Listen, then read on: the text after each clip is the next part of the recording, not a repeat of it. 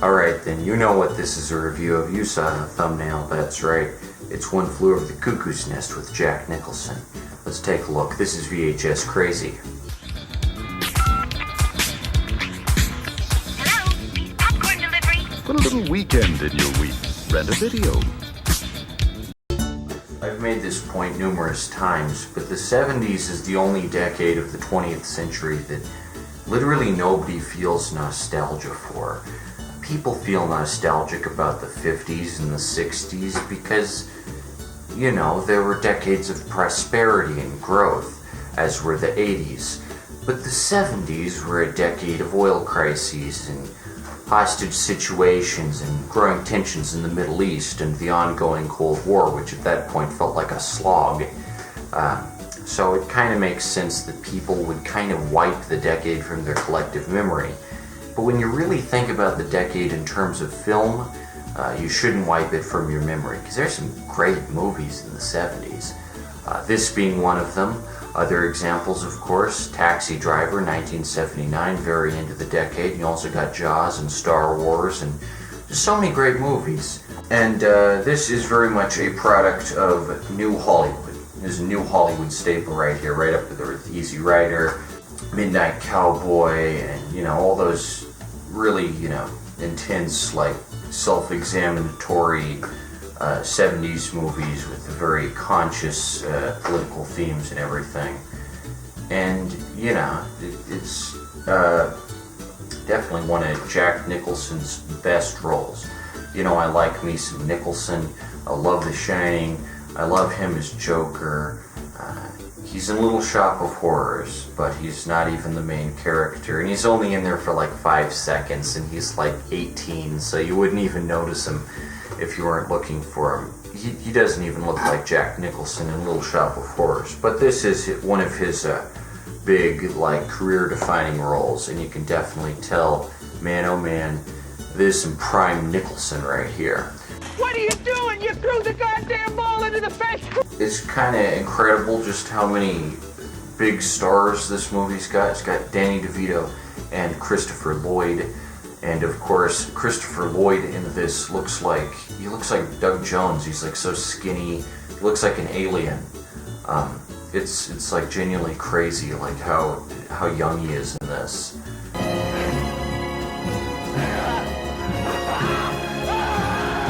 And this is like 1975, so this is like way before Back to the Future. And of course, he plays the Reverend Jim Ignatowski on Taxi, which Danny DeVito is also in. And Danny DeVito in this is just like short, and, well, he's always short, but he's not as fat as he is in his later years. I really like him in Taxi. So if you think of how he looks in Taxi, in this he looks like years before that, if that makes any sense. Like, this is basically like just, you know, it's just like, so it's so star-packed. It's got an ensemble cast. Now, of course, this is based on the story of the same name by Ken Casey, who, you know, wrote it in 1962, so we're talking an entire, like, 13 years before the movie was made. But really, a decade doesn't make all that much difference, and I can definitely see this movie being set in 1962 instead of 1975. I mean, in fact, this movie doesn't even seem much like a 70s movie. Obviously, since it's set in an insane asylum, there isn't much 70s fashion. There's not too much stuff of the era, and, you know, it could be set all the way up like to the 90s with how, like, just great the set is, and how, like, you know, it's a very timeless movie. Not the most timeless. Like, there are definitely some things that are of the period, but you'll definitely be able to get a kick out of it, like, today. You know, you'll definitely not feel alienated by it. Like, even if you're like the biggest, like, 20th century hater, watch this. You won't hate it. You won't feel like, man, I don't understand this because it's the 70s and I'm a TikTok influencer. You know, just watch it. It's a good movie. It holds up. The plot still makes sense. There's nothing outdated in it. Like, there's nothing that I look at and go, man, that's a product of its time right there, you know. So yeah, obviously with Ken Casey, a lot of authors, it seems that their most popular work isn't their best work. This is the case with, J.D. Salinger, Catcher in the Rye, or Tennessee Williams with A Streetcar Named Desire, or Kurt Vonnegut with Slaughterhouse-Five. But I feel like One Flew Over the Cuckoo's Nest deserves to be Ken Casey's most remembered work. It's a fun story with a fun premise. And prior to its publication, the concept hadn't really been done. This is the first story which really takes a look at mental health and really, examines it up close. And prior to that, you do see the asylum lunatic type plot motif in a lot of stuff. For instance, it pops up in Mutt and Jeff. Of course, there's a lot of that kind of thing in Victorian times.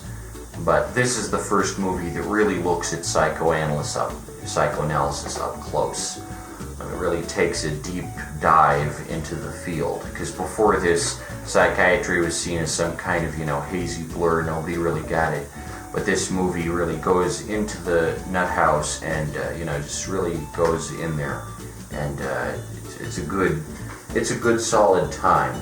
And if you think this movie is insulting to the mentally ill or whatever, I don't know. We're living in a new climate these days, but I don't think this movie is offensive. And if you're offended by it, you probably get offended too easy, and maybe that gets in the way of you enjoying a fun and good plot, because this movie just has one of the funnest, most interesting plots. And of course, this is the first movie to win all 5 Academy Awards since it happened one night and until The Silence of the Lambs, which is just a serious achievement, A movie that wins all 5 Academy Awards only comes along like every 30 years. So, this movie must have been doing something right. It's not even like that big or that flashy or that spectacular. It feels very, grounded, down to earth. What can you say? I mean, this is back when the Academy Awards and the Oscars weren't a giant joke, and they actually, were taken seriously, and good movies got them. And, this doesn't feel like a movie that was just made to get the Oscar. It's a movie that feels like it deserves the Oscar. And it was made for the Oscar. And it deserves the Oscar. And it was made for the Oscar. The Wikipedia page says it's a drama. It's not a drama. I mean, I guess it's kind of drama. It's got a sad ending. I'm not going to spoil it because I don't feel like this movie's too good to spoil. But it's more like a comedy drama. I mean, there's so many funny parts in this, and Jack Nicholson is just so fun. You're not going to be bored watching this. It's a fun movie. And of course, Ken Casey, anything based on some Ken Casey wrote is going to be automatic fun. I mean, he literally calls his group of friends the Merry Pranksters, so you're not going to get Citizen Kane over here. But yeah, I mean, this gets more awards than Citizen Kane. That's genuinely nuts, but all the more to it. I've found that adaptations of novels can often be pretty faithful. The To Kill a Mockingbird adaptation is accurate. The Slaughterhouse-Five adaptation, from what I hear, is accurate. So, I have no reason to believe this movie takes any real departures from the book. It seems like a very faithful adaptation. It seems like it really gets the source material. And, man, it's just good. You don't even notice Christopher Lloyd. Well, you do notice him, obviously, because he's Christopher Lloyd. But he's just kind of a background character, although he has such a presence. You really notice whenever he's on screen. You're like, hey, that's freaking Christopher Lloyd. And this is Lloyd's film debut, according to the back cover here. You're gonna lift that thing? So the villain, of course, is the most epic, or one of the most epic antagonists. To make a really good antagonist, someone you love to hate, you've got to have someone who has a deep personal connection with the protagonist, and they're fighting and battling and trying to get out of, according to screenplay rules, they're stuck in the crucible. Another good example, of course, might be the bald guy in Whiplash, who I hear brought up pretty often as an example of a good villain who is really tied in with the protagonist and they're battling it out to the end, although I haven't seen Whiplash.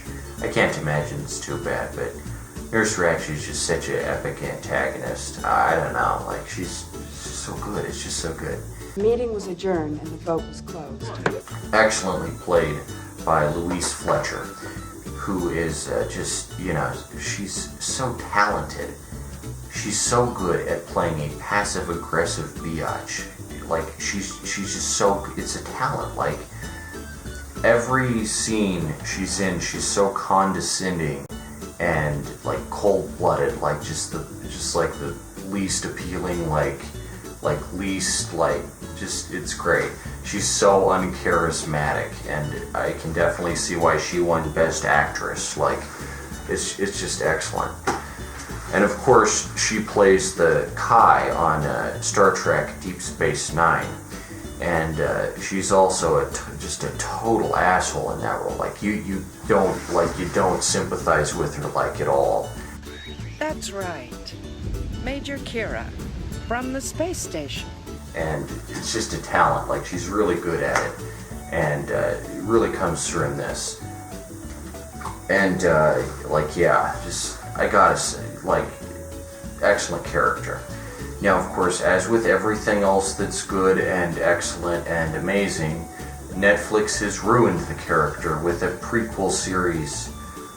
Holy shit, like, I look on the Wikipedia page, and I'm like, man, Nurse Ratched is such a cool character, and then there's a 2020 Netflix show, Ratched, exploring Nurse Ratched's life before the movie, except she's not Louise Fletcher, and she's some rando, and, like, F that. Like, just stop trying to ruin Ken Casey's work.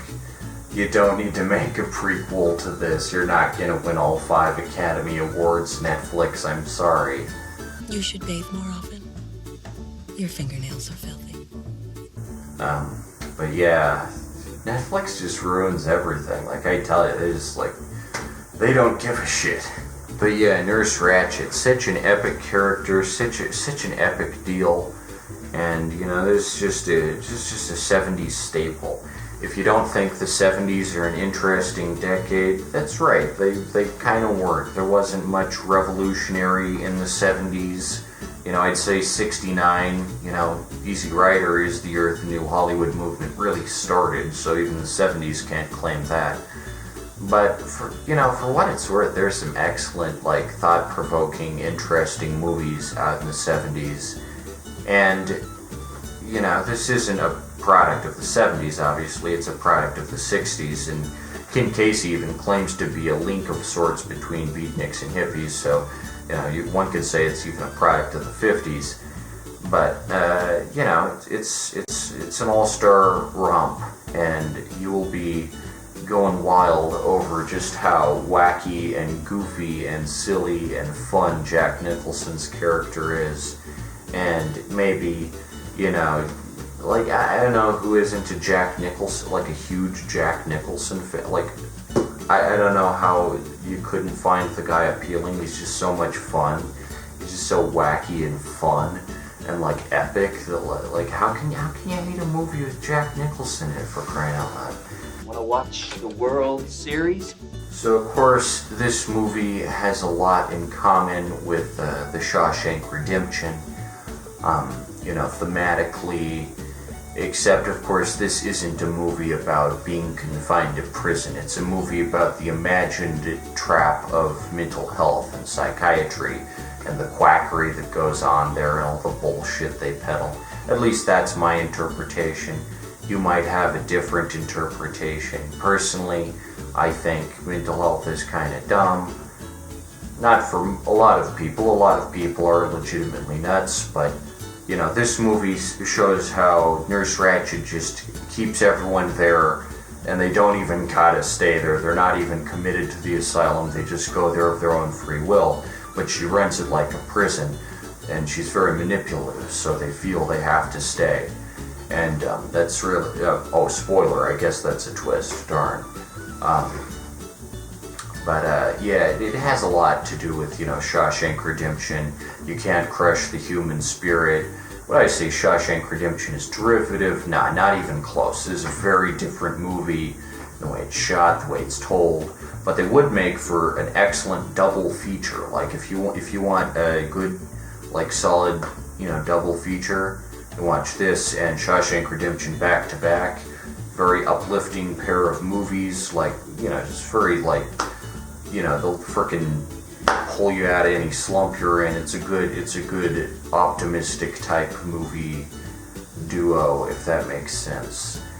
I would also say that I kind of understand the appeal of American Psycho after watching this, because the idea of being an anarchistic outsider like Patrick Bateman kind of makes sense after you watch this, but then you just realize that everything in American Psycho is just kind of this, and he's just, stealing Jack Nicholson's whole shtick, and come on, American Psycho doesn't have an original bone in its body. It's literally called Psycho, and that's already a movie, and a way better one. Heck, even Psycho 2 is better than American Psycho. I'm not gonna get on an American Psycho rant now though, but I do get why that's appealing, like how Patrick Bateman is just I'm gonna kill everyone. You know how bad you smell. You reek of shit. And then McMurphy is hey, why don't we get some booze, Out of my way, son. You're using my oxygen, you know what I mean? It's fun, but this did it first, so, come on. But anyway, you might not see the similarities, but they are there, believe me. But yeah, Christopher Lloyd's in this, absolutely epic. Danny DeVito's in this. You won't even spot Danny DeVito probably unless you're looking for him. He's short, but he doesn't look like he doesn't even look like Taxi Danny DeVito, really. He's just so young. But yeah, 1975, so halfway through the decade. I probably couldn't even guess what year this is. This could be all the way up, like I said, 80s, 90s, really, who knows? It's a timeless story. And the classic tale between the control of the asylum, between Jack Nicholson, who's just this charismatic weirdo, and Nurse Ratched, who's just this stuffy, total just biatch, and you're oh my gosh, excellent antagonist. Louise Fletcher's so good. She's so good at playing a hateable, villain. Anyway, yeah, I definitely recommend this one. But also read some Ken Casey. His stuff is great. It's good stuff. I recommend Electric Kool-Aid Acid Test. But, just in general, great writer. So a movie based on his story can't be bad. There's just no chance. As far as I know, this is really the only Casey adaptation out there. But, even if it wasn't going to win all 5 Academy Awards, which is a great achievement, but, it's just a darn good movie. Even if it didn't win 5 Academy Awards, it'd still be fondly remembered. I can definitely see why this is considered one of the best new Hollywood movies, and really one of the best movies of all time. It's a good, solid movie. It holds up. It's definitely relevant, because mental health is still a commonly discussed issue, and a very prevalent theme in modern day society. And it's changed a little from, people like Patrick McMurphy, or Randall Patrick, whatever his name is, Jack Nicholson. People like him who obviously aren't crazy, and, actually crazy people.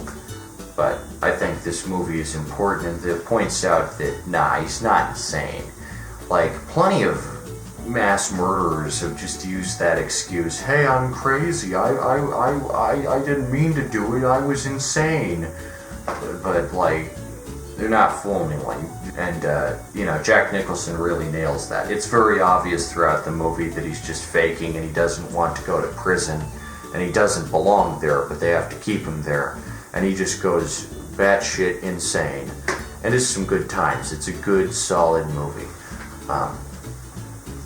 But But yeah, it's good stuff, and I definitely like Nurse Ratched. What a villain. Jeez, Netflix just ruins everything. Screw Netflix. They're the bane of modern entertainment. Thank gosh there's just this, and you can just watch this instead. But yeah, definitely man, Ken Casey really struck gold with this epic tale, and I mean, it's a good solid time. Here's the back description before we leave. A nice rest in a state mental hospital pizza stretch in the pen, right?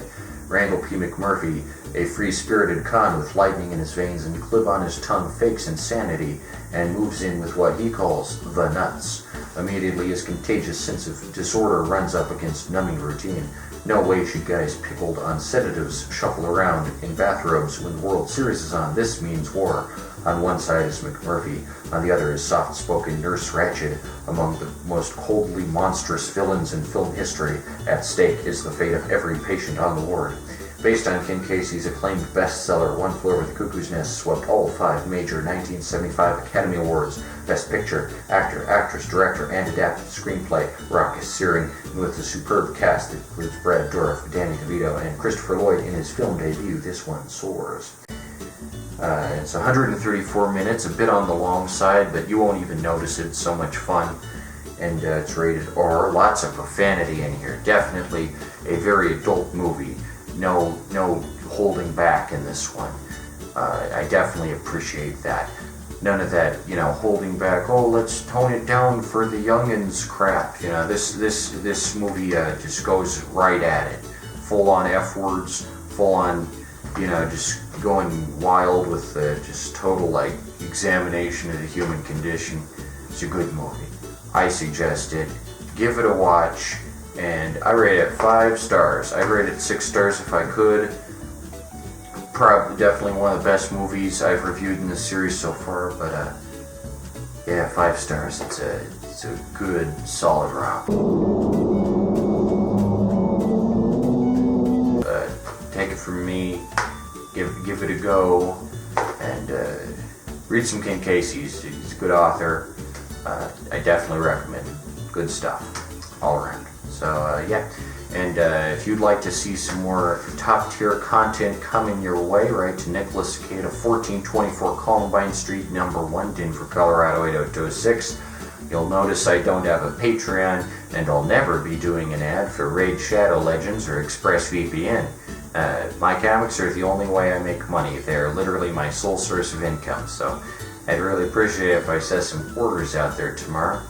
That said, this has been a VHS crazy review of, I don't even know who directed this, Milos Forman's epic 1975 smash hit, One Flew Over the Cuckoo's Nest, and I am gonna be off now.